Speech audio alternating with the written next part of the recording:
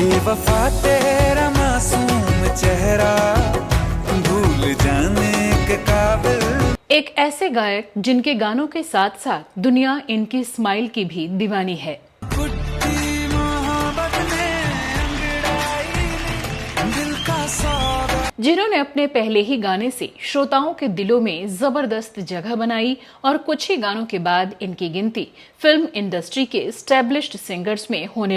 एक मुलाकात हो तू मेरे पास हो जीने की। टूटे दिलों पर मरहम लगाने में माहिर इस सिंगर ने जब एक फेमस राम भजन को अपनी आवाज दी तो देश ही नहीं पूरी दुनिया इनकी आवाज की कायल हो गई। मेरे घर राम आए हैं कथा शबरी। लेकिन क्या आप जानते हैं कि एक स्ट्रॉन्ग फैमिली बैकग्राउंड होने के बावजूद इस सक्सेसफुल सिंगर ने अपने करियर की शुरुआत में इतने कठोर दिन देखे जब इन्हें सालों रिकॉर्डिंग स्टूडियो के चक्कर काटने पड़े और बड़े सिंगर से अपमानित तक होना पड़ा। तेरी मेरी गल्लाए होगी मशहूर करना कभी तू मुझे नजरों से दूर। क्या आप मानेंगे कि एक सिंगिंग रियलिटी शो में इन्हें एक फेमस सिंगर ने क्वालिफाइंग राउंड में ही रिजेक्ट कर दिया? और क्या आप यकीन करेंगे कि तमाम रिजेक्शन और अपमान झेलने के बावजूद लोगों ने इनकी आवाज को इतना पसंद किया कि कुछ ही सालों में ये टॉप के सिंगर बन गए। वफा ना रासाई। तो कैसे बने ये गायक और बिना किसी फिल्मी बैकग्राउंड के कैसे इन्होंने बहुत ही कम समय में फिल्म इंडस्ट्री के कॉम्पिटिटिव एनवायरनमेंट में इतना बड़ा नाम और मुकाम हासिल किया? और आखिर ऐसा क्या हुआ कि लोगों ने अचानक इन्हें देशद्रोही करार दे दिया? तो साथ ही इनकी गिरफ्तारी की मांग भी उठने लगी। और क्यों तमाम आरोपों के बावजूद देश के प्रधानमंत्री ने इनकी तारीफों के पुल बांध दिए? बताएंगे इनकी जिंदगी से जुड़े और भी कई राज। आप बने रहिए हमारे साथ।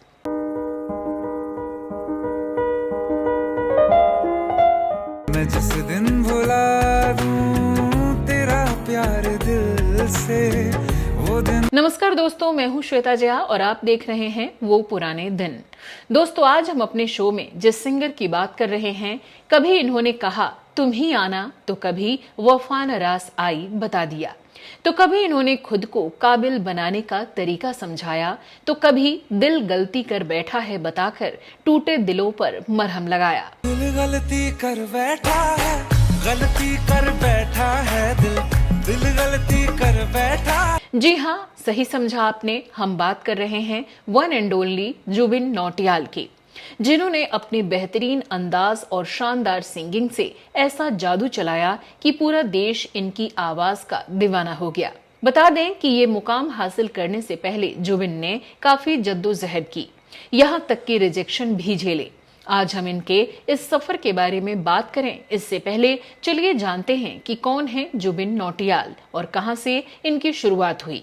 जुबिन का जन्म 14 जून 1989 को देहरादून में हुआ था। इनके पिता राम शरण नौटियाल एक बिजनेसमैन और उत्तराखंड में पॉलिटिशियन हैं और मां नीना नौटियाल का भी अपना अलग बिजनेस है। जुबिन जब 4 साल के थे तभी से इनका इंटरेस्ट संगीत की दुनिया में होने लगा, क्योंकि इनके पिता को भी सिंगिंग का शौक था।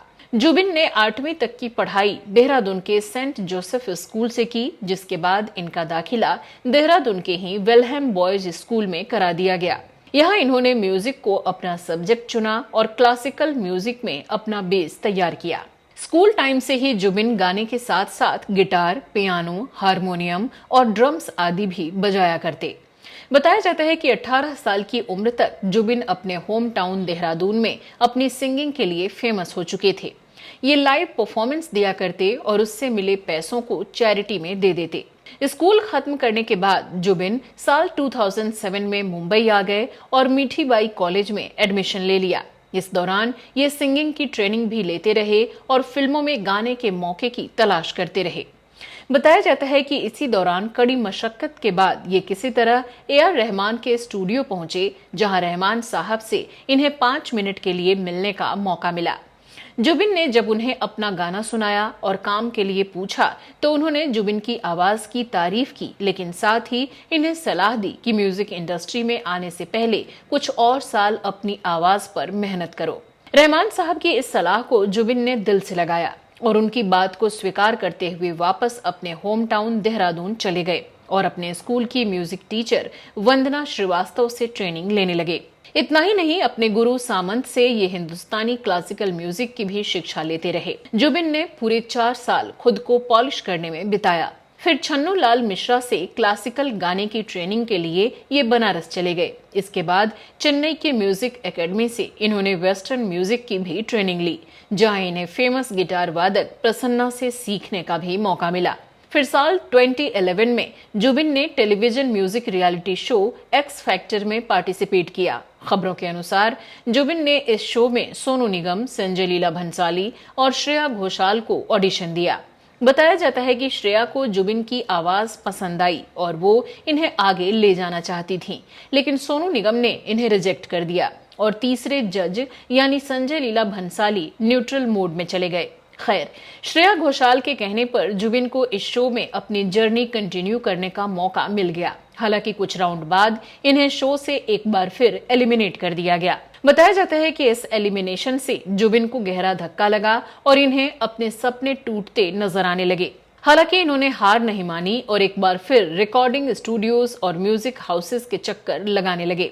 जुबिन की लगन और इनका जुझारूपन देखकर कुछ स्टूडियोज ने इन्हें गाने के स्क्रैचेस गाने का मौका दे दिया। बताते चले कि किसी भी गाने की फाइनल रिकॉर्डिंग से पहले उस गाने का धुन तैयार करने के लिए उसे छोटे मोटे सिंगर्स या इंटर्न से गवाया जाता है, ताकि मेन सिंगर को उस गाने की धुन, लय और ताल समझ में आ सके। म्यूजिकल टर्म्स में इसी को गाने का स्क्रैच कहा जाता है। रिपोर्ट्स की माने तो जुबिन ने करीब 150 से भी ज्यादा गानों के स्क्रैच गाए। हालांकि एक इंटरव्यू के दौरान जुबिन से जब इनके स्ट्रगल फेज के बारे में पूछा गया तो इन्होंने बताया कि इन्हें कभी भी गानों के स्क्रैच गाने में बुरा नहीं लगा, क्योंकि ये हमेशा यही मानकर उसे रिकॉर्ड करते थे जैसे वो गाना इनकी आवाज में ही फाइनल रिकॉर्ड हो रहा है। खैर, जुबिन की मेहनत आखिरकार रंग लाई जब इनका गाया स्क्रैच एक बार अक्षय कुमार के पास जा पहुंचा। दरअसल साल 2014 में जुबिन ने अक्षय कुमार की फिल्म द शौकीन्स के गाने मेहरबानी के लिए स्क्रैच गाया था, जिसे सुनने के लिए उस फिल्म के एक्टर अक्षय कुमार के पास भेजा गया। लेकिन जब अक्षय ने जुबिन की आवाज में मेहरबानी गाने का स्क्रैच सुना तो जुबिन की आवाज से इतने प्रभावित हुए कि उन्होंने फिल्म के मेकर से ये कह दिया कि उन्हें ये गाना एज इट इज यानी जुबिन की आवाज में ही फाइनल चाहिए। बताया जाता है कि अक्षय की डिमांड पर इस गाने को जुबिन की आवाज में ही फाइनल कर दिया गया और जब फिल्म रिलीज हुई तो ये गाना सुपरहिट हो गया। साज तू तेरा तर्ज में, तू है दवा और मर्ज में दिलदार तू। हालांकि भले ही जुबिन को सबसे पहले फिल्म द शौकीन्स का मेहरबानी गाना गाने का मौका मिला, लेकिन फिर भी ये इनका पहला रिकॉर्डेड गाना नहीं माना जाता।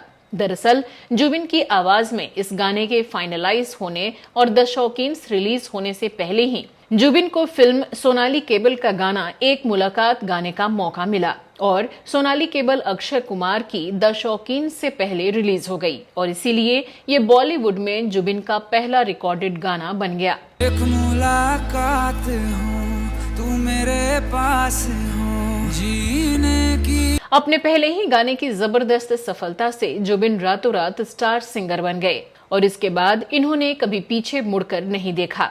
इसके बाद साल 2015 में इन्हें सलमान खान स्टारर फिल्म बजरंगी भाईजान समेत 5 फिल्मों के गानों में अपनी आवाज देने का मौका मिला, जिनमें से ज्यादातर गाने हिट रहे। कुछ तो बता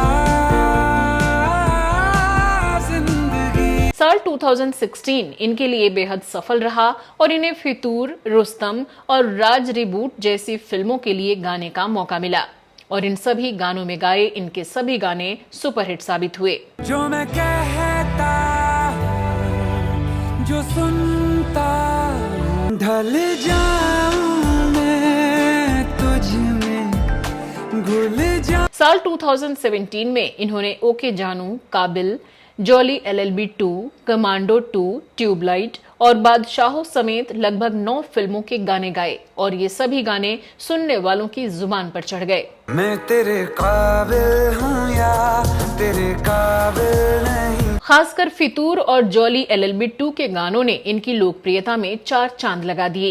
एक हो गए हम और तुम, तो उड़ गई नींदें रे और खन की। साल 2018 में इन्होंने दिल जंगली, हेट स्टोरी 4, बागी 2, लव यात्री समेत 10 फिल्मों के गानों में अपनी आवाज दी। गजब का है दिन, सोचो जरा। फिर साल 2019 में कबीर सिंह, पागलपंथी और दबंग 3 समेत इन्होंने 15 फिल्मों के गानों को गाया और इनमें से ज्यादातर गाने हिट रहे। तुझे कितना चाहे और हम, सो गया ये जहां, सो गया आसमां। साल 2020 और उसके बाद जुबिन के हिट गानों की बात करें तो 2020 में आई फिल्म स्ट्रीट डांसर 3D से बेजुबान और फिल्म लव आजकल से शायद जैसे गानों ने इनकी लोकप्रियता को बढ़ाने का काम किया। बेजुबान कब से मैं रहा, बेगुनाह सहता, शायद कभी न कह सकूं मैं तुमको।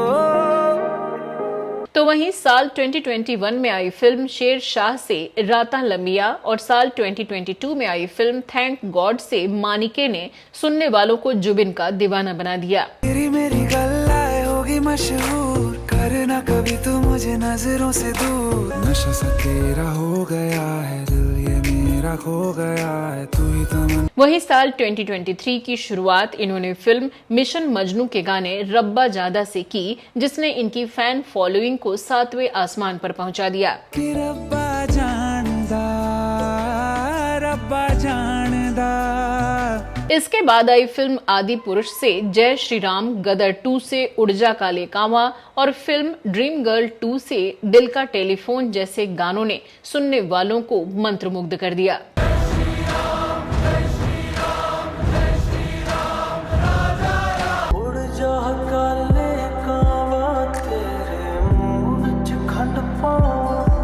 फिल्मों के अलावा जुबिन ने अपने करियर के दौरान पुराने गानों के रीमेक, वेब सीरीज और एल्बम्स में भी गाने गाए और फिल्मों की तरह यहाँ भी इनके ज्यादातर गाने सुपरहिट रहे।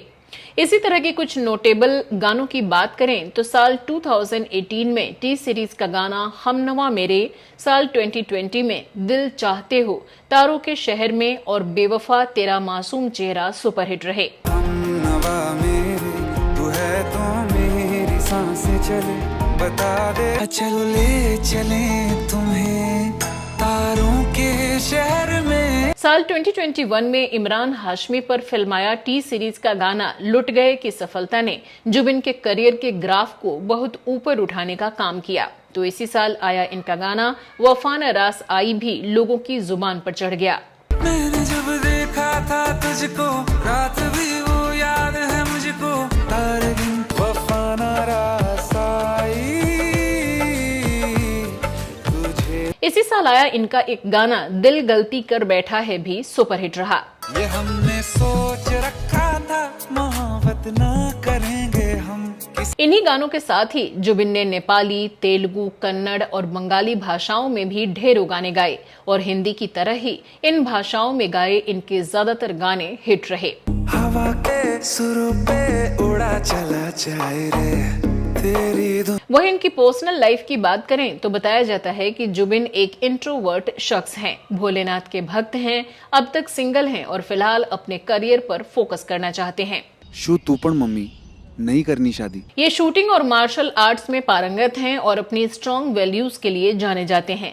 साल 2021 में दिल गलती कर बैठा है गाने की शूटिंग के दौरान जब इन्हें गाने के एक सीन के लिए एक्ट्रेस मोनी रॉय को किस करने के लिए कहा गया तो इन्होंने इस तरह के किसी भी सीन के लिए साफ इनकार कर दिया। दिल गलती कर बैठा है, गलती कर बैठा है दिल। वहीं जुबिन से जुड़ी कंट्रोवर्सी की बात करें तो इनका नाम सितंबर 2022 में अचानक सुर्खियों में आ गया और लोग सोशल मीडिया के जरिए इन्हें बायकॉट और गिरफ्तार करने की मांग करने लगे। दरअसल ये सारा हंगामा जुबिन के यूएस में होने वाले एक कॉन्सर्ट को लेकर हुआ। मीडिया रिपोर्ट्स के मुताबिक जुबिन ने अपने आगामी कॉन्सर्ट को लेकर एक्स यानी ट्विटर पर एक पोस्टर शेयर किया था जिसमें ऑर्गेनाइजर का नाम सामने आने के बाद लोग भड़क गए। दरअसल इस पोस्टर में जय सिंह का नाम था जो जुबिन नौटियाल के कॉन्सर्ट का आयोजन करवा रहा था। खबरों के मुताबिक जय सिंह को एक प्रतिबंधित खालिस्तानी संगठन से जुड़ा हुआ बताया गया। और कहा गया कि पिछले 30 साल से पुलिस इस क्रिमिनल की तलाश कर रही है। जय सिंह के ऊपर ड्रग्स तस्करी से खालिस्तान को सपोर्ट करने जैसे कई गंभीर आरोप लगे। ऐसे में ये दावा किया गया कि जुबिन नौटियाल और जय सिंह के बीच संबंध है, जिसकी वजह से लोग जुबिन को देशद्रोही बताकर इनकी गिरफ्तारी की मांग करने लगे। मामला बढ़ता देख आयोजकों ने ट्विटर पर एक पोस्ट शेयर करते हुए जानकारी दी कि ये कॉन्सर्ट कैंसिल किया जा चुका है। इसके बाद जुबिन ने भी एक ट्वीट कर बताया कि अब उस कॉन्सर्ट का ये हिस्सा नहीं है और लोग कृपया अफवाहों पर ध्यान न दें। बताया जाता है कि कॉन्सर्ट कैंसिल होने की जानकारी के बाद लोगों का गुस्सा शांत हुआ। वही हाल की बात करें तो जुबिन का नाम सोशल मीडिया पर एक बार फिर ट्रेंड करने लगा जब देश के प्रधानमंत्री ने एक्स के जरिए जुबिन का एक गाना शेयर करते हुए उनकी तारीफ की। दरअसल अयोध्या में राम मंदिर के उद्घाटन की तैयारियां धूमधाम से की जा रही थीं। 22 जनवरी को राम मंदिर के प्राण प्रतिष्ठा का कार्यक्रम था, जिसमें प्रधानमंत्री नरेंद्र मोदी को भी शामिल होना था। पूरे देश में जश्न का माहौल था। इसी बीच पीएम मोदी ने सोशल मीडिया अकाउंट एक्स यानी ट्विटर पर भगवान श्री राम का एक मधुर भजन साझा किया। साथ ही भजन के गायक जुबिन नौटियाल, लेखक मनोज मुंतशिर और म्यूजिक कंपोजर पायल देव की तारीफ की। पीएम मोदी ने मेरे घर राम आए हैं भजन साझा करते हुए लिखा, भगवान श्री राम की प्राण प्रतिष्ठा के सुअवसर पर अयोध्या के साथ साथ पूरा देश राममय हो रहा है।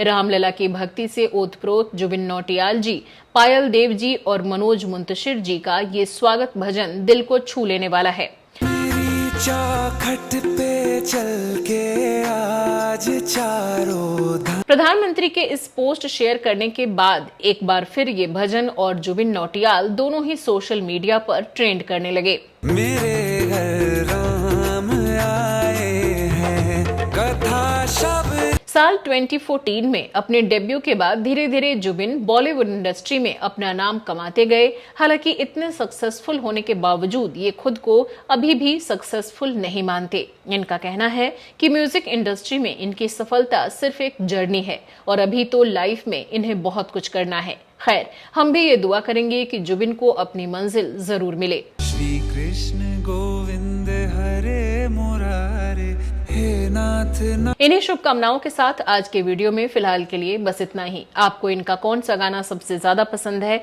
कमेंट सेक्शन में लिखकर जरूर बताइएगा। तो कुछ और नए किस्से कहानियों के साथ अगले एपिसोड में आपसे फिर होगी मुलाकात। नमस्कार।